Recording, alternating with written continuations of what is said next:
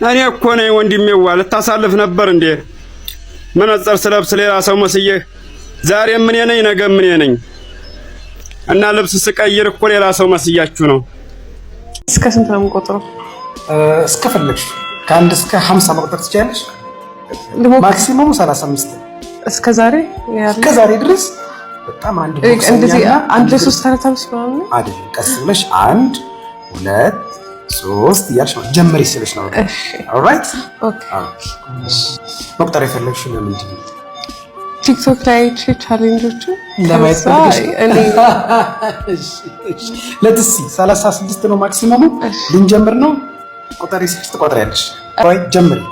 1 2 3 4 5 6 7 8 9 10 11 12 13 14 15 16 17 18 19 20 21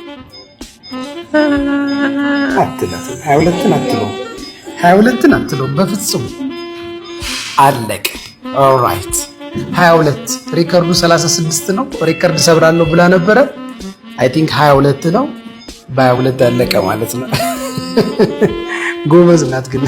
አይ እንዴት ናችሁ? ዶክተር አብይ ነኝ። አሁን የማወጣው ከቶንሲል ጀርባ ላይ የሚጠራቀም መግል። እንግዲህ የቶንሲል ሰርጀሪ ከሚሰራባቸው ዋና ምክንያቶች ውስጥ አንዱ የሆነው ከቶንሲል ጀርባ ውስጥ የሚጠራቀም መግል ወይም ደግሞ ኢንፌክሽን ነው። ያ ኢንፌክሽን መግል ይቋጥራል። መግሉ ደግሞ ከፍተኛ የሆነ ሁኔታ አፋቸው ላይ ህመም መፍጠር፣ መተነፋፈስ ችግር መፍጠር፣ ምግብ እንዳይበሉ ማድረግ ያመጣል። እንግዲህ ይሄ ችግር ፐሪቶንሲላር አብሰስ እንለዋለን። በዚህ በኩል በምታዩት ሲሪንጅ ሲወጣ እናሳያቸዋለን ማለት ነው።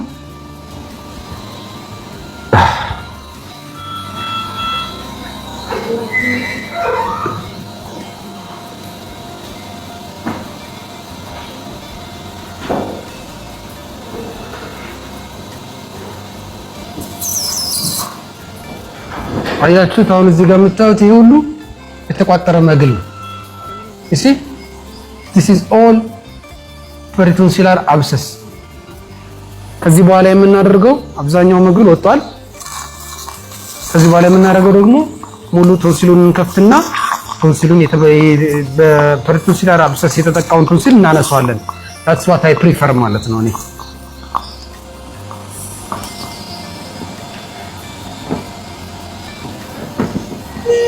አሁን ራሱ በጣም ብዙ ነው እየወጣ ያለው ይገርማችኋል።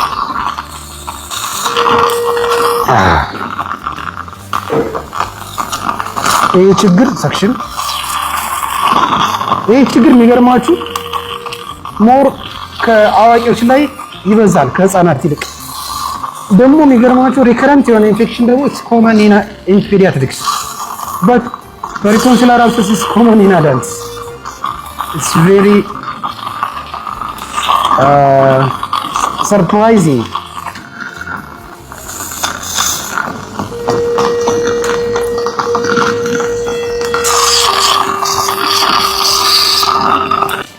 ኦኬ አልቋል። እንግዲህ ጋይስ ፐሪቶንሲላር አብሰስ ሆት ቶንሲሌክቶሚ ኢንሲዥን ኤንድ ድሬኔጅ ዊዝ ሆት ቶንሲሌክቶሚ የሰራንለት ማለት ነው።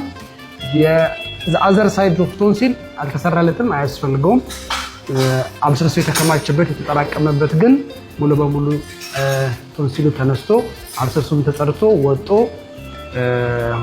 በጥሩ ሁኔታ አልቋል ማለት ነው። አመሰግናለሁ። ዶክተር አብይ ነኝ ከኤሊት አንገት በላይ ቀዶ ሕክምና ማዕከል። ይህን ቪዲዮ እዚህ ጋር ተመልከቱት።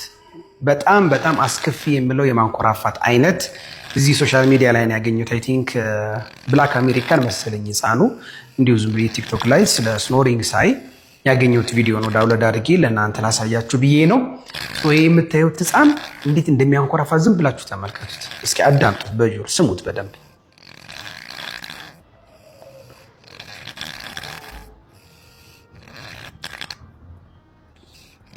እንግዲህ ይህን የሚያክል ማንኮራፋት ካለ ልጆቻችሁ በፍጥነት መታከም አለባቸው። አደራ። ይሄ በጣም መጥፎ የሚባለው የማንኮራፋት አይነት ነው። አንዳንዴ መሀል ላይ ኢቭን እንደዛ እየታፈኑ ጸጥ ብሎ እንደገና ደግሞ የተወሰኑ ሰከንዶች አየር ካቆሙ በኋላ መንቃት፣ ብትት እያሉ መንቃት ማለት ነው። ይሄ በጣም አእምሮ ጫና ውስጥ በሚገባበት ጊዜ ብለዳችን ላይ ኦክሲጅን በጣም ያጥርና ካርቦን ዳይኦክሳይድ ሌቭል ፓርሻል ፕሬሸር ኦፍ ካርቦን ዳይኦክሳይድ በጣም እየጨመረ ሲመጣ አእምሮ ጭንቀት ውስጥ ይገባል። ኢሚዲየትሊ እንድንነቃ ያደርገናል ማለት ነው። ይሄ ላይክ ራስን ህይወትን ሴቭ ለማድረግ በሚል አይነት ጥረት ማለት ልክ ይሄ ውሃ ውስጥ ገብተን መተንፈስ እንዳለመቻል ማለት ነው ባይዘው ይሄ ነገርና this is called obstructive sleep apnea። እንደዚህ አይነት ማንኮራፋት ያላቸው ልጆች ካሏችሁ ወላጆች ቶሎ ወደ ህክምና ማዕከል ወሰዷቸው፣ መታከም አለባቸው። አመሰግናለሁ። ዶክተር አብይ ነኝ ከኤሊት የአንገት በላይ ቀዶ ህክምና ማዕከል። ደህና ሁኑ።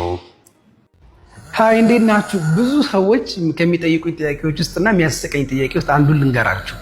በጣም ብዙ ሰዎች ዶክተር ይሄ ኢትዮጵያን ብቻ ላይ ነው እንዴ ማንኮራፋት ሌሎች ዜጎች ላይ አለ ወይ ሌላ ዓለም ላይ ህክምና አለ ወይ ብለው በጣም ኮንፊውዝድ ሆኖ ይጠይቁኛል። እና በጣም የሚያስቀኝ አንድ ጥያቄ ነውና አንዳንድ ቪዲዮዎች ላሳያችሁ ፈልጋለሁ። እስኪ ተመልከቷቸው እነዚህ ቪዲዮዎች።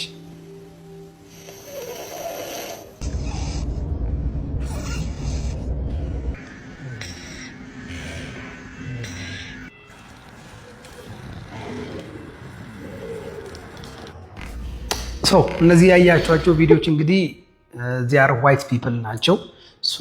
ማንኛውም ልጆች ላይ ማንኛውም የሰው ልጅ ላይ ሊፈጠር የሚችል ችግር ነው። ኢትዮጵያን ላይ ብቻ አይደለም።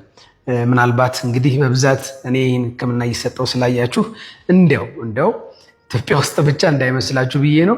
ይህ የትም ዓለም ላይ የሚገኝ ማንኛውም ህፃን ሊያጋጥመው የሚችል በጣም በብዛት የሚያጋጥም ችግር ነውና ኢትዮጵያ ውስጥ ብቻ እንዳይመስላችሁ። ኤኒዌይስ አመሰግናለሁ። ዶክተር አብይ ነኝ ከኤሊት የአንገት በላይ ቀዶ ህክምና ማዕከል።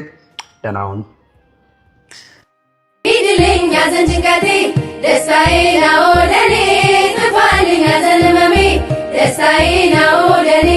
ሂድልኝ ያዘን ጭንቀቴ ደስታዬ ነው ለኔ፣ ጥፋልኝ ያዘን ህመሜ ደስታዬ ነው ለኔ። በቻልኩ ያቅሜን ሞክራለሁ ማዘኔ ላይፈይድ ምን ዋጋ አለው? ካልቦዘን እየቻልኩኝ ሰንፌ ባልሆንኩ ለምን ይራቅ እንቅልፌ? ሂድልኝ ያዘን ጭንቀቴ ደስታዬ ነው ለኔ፣ ጥፋልኝ ያዘን ህመሜ ደስታዬ ነው ለኔ። ሂድልኝ ያዘን ጭንቀቴ ደስታዬ ነው ለኔ፣ ጥፋልኝ ያዘን ህመሜ ደስታዬ ነው ለኔ።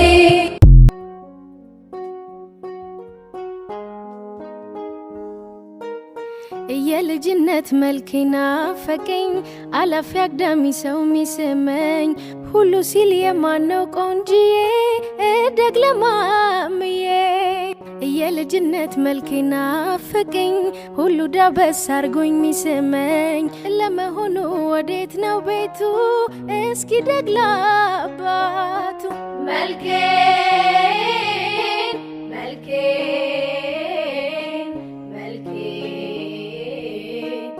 የልጅነት ፍራቄ መልኬን ቤቴን መልኬን አልጠግበው ተርኬን።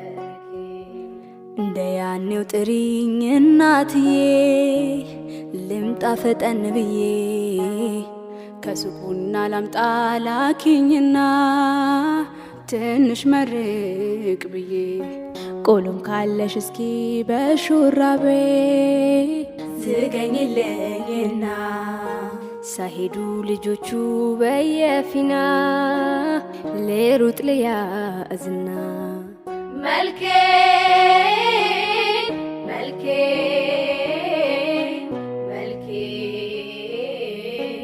የልጅነት ምራቄ መልኬን ቤቴን መልኬን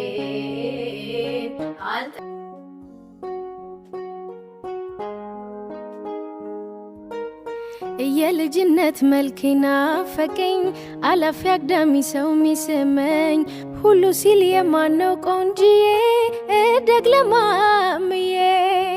የልጅነት መልኬ ናፈቀኝ፣ ሁሉ ዳበስ አርጎኝ ሚስመኝ፣ ለመሆኑ ወዴት ነው ቤቱ? እስኪ ደግ ለአባቱ። መልኬን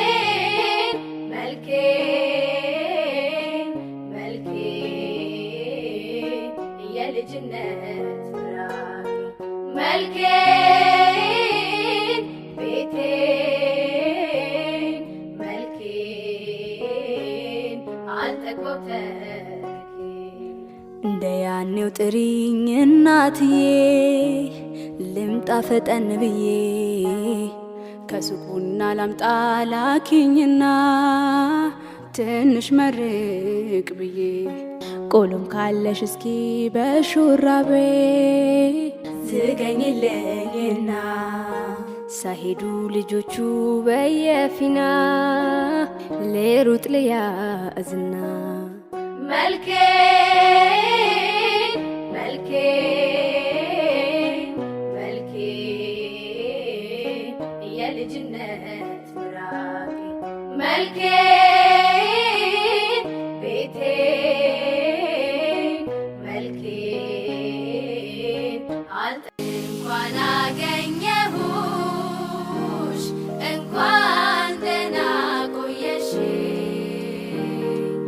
እኔስ መስሎኝ ነበር ፈልጌ ማጣሽ